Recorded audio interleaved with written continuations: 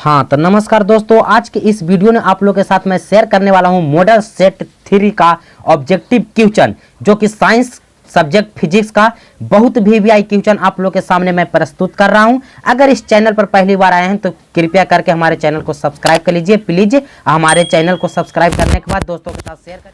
हाँ तो दोस्तों देखिए, क्वेश्चन नंबर फर्स्ट है, अवतल दर्पण की फोकस दूरी उसकी वक्रता त्रिज्या के होती है। यानी अवतल दर्पण की जो फोकस दूरी होती है उसकी वक्रता त्रिज्या के क्या होती है दोस्तों, तो उसकी वक्रता त्रिज्या की आधी होती है। इसका ऑप्शन बी करेक्ट हो जाएगा। अगर किसी क्वेश्चन का आंसर आप लोग का अगर पता रहेगा पहले से तो कमेंट बॉक्स में जरूर बता दीजिएगा। चलिए नेक्स्ट क्वेश्चन है, नेत्र लेंस की फोकस दूरी कम हो जाने से कौन सा दृष्टि दोष होता है। यानी नेत्र लेंस की जब फोकस दूरी हो जाती है, फोकस दूरी कम जब हो जाती है तो हम लोग को जो नेत्र में कौन सा दृष्टि दोष उत्पन्न हो जाता है दोस्तों, कौन सा दृष्टि दोष उत्पन्न हो जाता है, तो इसका ऑप्शन ए करेक्ट होगा, निकट दृष्टि दोष। जब नेत्र लेंस की फोकस दूरी कम हो जाती है तो निकट दृष्टि दोष उत्पन्न हो जाती है। जब नेत्र लेंस की फोकस दूरी बढ़ जाती है तो दूर दृष्टि दोष उत्पन्न हो जाती है। यही साथ साथ में याद रखेगा। चलिए नेक्स्ट क्वेश्चन है कि लघु पथन के समय परिपथ में विद्युत धारा का मान होता है। जब लघु पथन होता है तो लघु पथन होते के समय में जो विद्युत धारा का जो मान होता है वो बहुत कम हो जाता है, या परिवर्तित नहीं होता है, या बहुत अधिक बढ़ जाता है, या निरंतर परिवर्तित होता है। तो दोस्तों इसका ऑप्शन सी करेक्ट होगा, बहुत अधिक बढ़ जाता है। जब लघु पथन के समय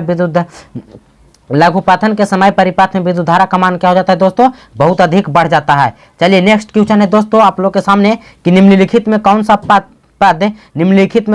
पद है जो विद्युत परिपथ में विद्युत शक्ति को निरूपित नहीं करता है। यानी इसमें से कौन सा वैसा है जो विद्युत शक्ति को निरूपित नहीं करता, यानी विद्युत शक्ति से उसका कोई रिलेशन ही नहीं है दोस्तों। हाँ तो इसका आंसर बताइए, कमेंट बॉक्स में आप लोग भी बताइए। जी हाँ दोस्तों, इसका आंसर बी करेक्ट होगा, आई आर स्क्वायर। इस शक्ति से कोई लेन देन इसका नहीं है दोस्तों, इस सबसे अलग है। देखिए ये हमारा ठीक है और ये भी सही है, ये भी सही है। तो इसमें कहा था कि कौन शक्ति से रिलेटेड नहीं है, तो इसका ऑप्शन बी करेक्ट हो जाएगा। देखिए नेक्स्ट क्वेश्चन आप लोग के सामने दोस्तों कि अभिनेत्र लेंस की फोकस दूरी में परिवर्तन किया जाता है। यानी अभिनेत्र लेंस के फोकस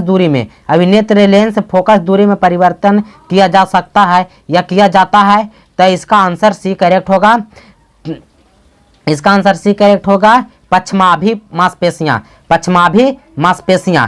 चलिए नेक्स्ट क्वेश्चन है, विद्युत मोटर परिवर्तित करता है। यानी विद्युत मोटर जो हमारा है यह क्या परिवर्तित करता है, यांत्रिक ऊर्जा को विद्युत ऊर्जा में या विद्युत ऊर्जा को यांत्रिक ऊर्जा में। जहां दोस्तों इसका आंसर कमेंट बॉक्स में बताइए। इसका आंसर बी करेक्ट हो जाएगा दोस्तों, विद्युत ऊर्जा को यांत्रिक ऊर्जा में परिवर्तित करता है। कौन दोस्तों, विद्युत मोटर होता है हमारा जो विद्युत ऊर्जा को यांत्रिक ऊर्जा में परिवर्तित करता है। नेक्स्ट क्वेश्चन है दोस्तों, विद्युत बल्ब के फिलामेंट में किस तत्व का उपयोग होता है। विद्युत बल्ब के फिलामेंट में किस तत्व का उपयोग होता है। जहां दोस्तों बताइए, विद्युत का जो बल्ब होता है यानी बल्ब जो होता है उसको अंदर एक फिलामेंट लगा होता है, वो किस चीज का रहता है बना हुआ दोस्तों, किसका रहता है दोस्तों, टंगस्टन का। किसका रहता है, टंगस्टन का। नाइक्रोम के बारे में भी जान लीजिए, ये विद्युत हीटर में इसका उपयोग किया जाता है, कुंडली बनाने में। पूछेगा विद्युत हीटर में तो नाइक्रोम बताइएगा, और बल्ब के फिलामेंट पूछेगा तो टंगस्टन बताएगा। इसका आंसर ए करेक्ट हो जाएगा दोस्तों, साथ साथ में नाइक्रोम भी याद रखिएगा, ए हीटर में आएगा। ठीक है, चलिए नेक्स्ट है,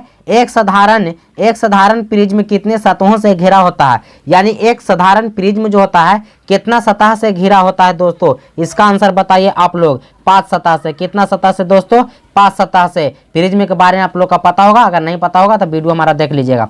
चलिए नेक्स्ट है दोस्तों, कहा है कि प्रतिबिंब का आकार हमेशा वस्तु के बराबर बनता है तो दर्पण होगा। यानी कौन सा दर्पण में प्रतिबिंब का आकार वस्तु के हमेशा बराबर रहता है, कौन सा दर्पण है दोस्तों, तो इसका आंसर सी करेक्ट हो जाएगा, समतल दर्पण में। समतल दर्पण में हमेशा वस्तु के बराबर प्रतिबिंब बनता है और काल्पनिक भी बनता है दोस्तों। अवतल दर्पण में भी काल्पनिक बनता है लेकिन वस्तु से छोटा बनता है और सीधा बनता है हमेशा। अवतल दर्पण में सभी प्रकार की प्रतिबिंब बनती है, याद रखिएगा दोस्तों। नेक्स्ट है, विद्युत चुंबकीय प्रेरण की खोज किसने की थी। यानी विद्युत चुंबकीय जो होता है उसका खोज किसने किया था, विद्युत चुंबकीय प्रेरण की खोज किसने किया था दोस्तों, तो 10 के आंसर हो जाएगा हमारा दोस्तों बी। कौन खोजा था दोस्तों, फराडे ने खोजा था विद्युत चुंबकीय प्रेरण की।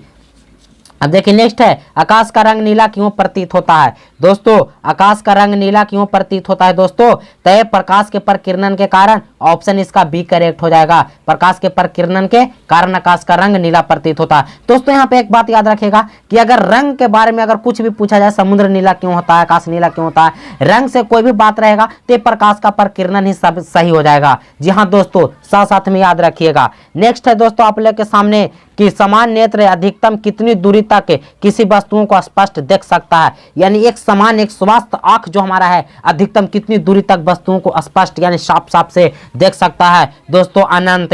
अगर अधिकतम दूरी पूछेगा दोस्तों तो अनंत बताइएगा, तो इसका आंसर डी करेक्ट होगा। अगर न्यूनतम दूरी पूछता तो 25 सेंटीमीटर होता, अगर न्यूनतम पूछता तो 25 सेंटीमीटर होता, अधिकतम पूछता है तो अनंत बताएगा, इसका आंसर डी करेक्ट होगा।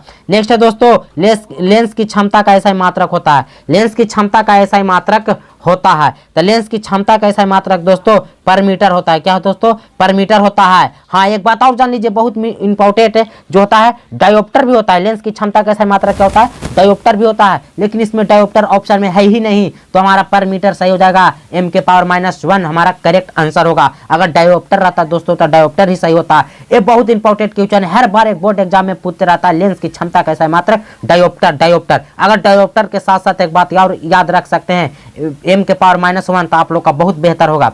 चलिए नेक्स्ट क्वेश्चन आप लोग के सामने अभिक्रिया दिया गया है। 14 नंबर क्वेश्चन है कि अभिक्रिया कॉपर ऑक्साइड H2 और ये अभिक्रिया कर में बनाया है कॉपर प्लस H2O यानी जल में किसका उपचयन होता है? यानी उपचयन इसमें से किसका हुआ दोस्तों? बताइए इसमें से उपचयन किसका हुआ दोस्तों? तो कहेगा इसका आंसर बी करेक्ट होगा, H2 यानी हाइड्रोजन का यहाँ पे क्या हो गया? उपचयन हो गया। हाइड्रोजन का क्या हो गया दोस्तों? उपचयन हो गया। नेक्स्ट क्वेश्चन है दोस्तों सोडियम की संयोजकता होती है। सोडियम की संयोजकता होती है। नेक्स्ट दोस्तों सोडियम के परमाणु संख्या भी साथ साथ में याद रखिए, सोडियम के परमाणु संख्या 11 होता है और संयोजकता पूछ रहा था, इसका आंसर ए करेक्ट होगा, 1 होता है। सोडियम की संयोजकता कितना है दोस्तों? 1 होता है। साथ साथ में याद रखिएगा सोडियम के परमाणु संख्या भी कितना होता है?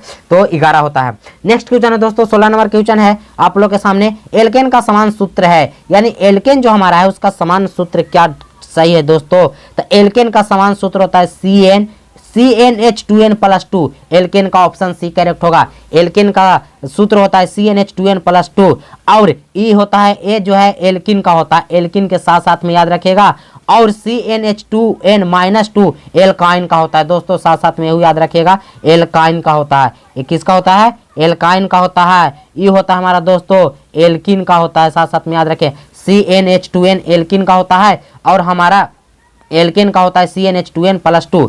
चलिए नेक्स्ट क्वेश्चन है दोस्तों उदासीन विलयन का पीएच मान क्या होता है? जी हाँ दोस्तों उदासीन विलयन का पीएच मान आ गए हैं आप लोग, तो उदासीन विलयन का पीएच मान सी करेक्ट होगा, 7 के बराबर होता है। उदासीन विलयन का पीएच मान कितना होता है दोस्तों? तो 7 के बराबर होता है।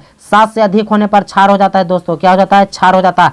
7 से कम रहने पर दोस्तों क्या हो जाता है? अम्ल हो जाता है। साथ साथ में वो बात याद रखेगा दोस्तों कि उदासीन विलयन का पीएच मान 7 होता है, तो क्षार का पीएच मान जो होता है 7 से अधिक होता है, अम्ल का पीएच मान 7 से कम होता है। नेक्स्ट क्वेश्चन है दोस्तों आप लोग सामने, आवर्त सारणी में कितने वर्ग होते हैं? आवर्त सारणी जो हमारा होती है, पीरियोडिक टेबल जो होता है, उसमें कितने वर्ग होते हैं दोस्तों? कितना वर्ग होता है दोस्तों? तो 18 वर्ग होता है। कितना वर्ग होता है? 18 वर्ग होता है दोस्तों। आवर्त सारणी में कितने वर्ग होते हैं? 18 वर्ग होते हैं। बहुत इंपॉर्टेंट क्वेश्चन है, इसको याद रखिएगा। चलिए दोस्त ये हमारा पार्ट 2 था साइंस के। ऑब्जेक्टिव क्वेश्चन हम लोग बहुत मेन देखें जो बोर्ड एग्जाम में बहुत जरूरी है इसका आना। चलिए इसी के साथ करते हैं वीडियो को समाप्त।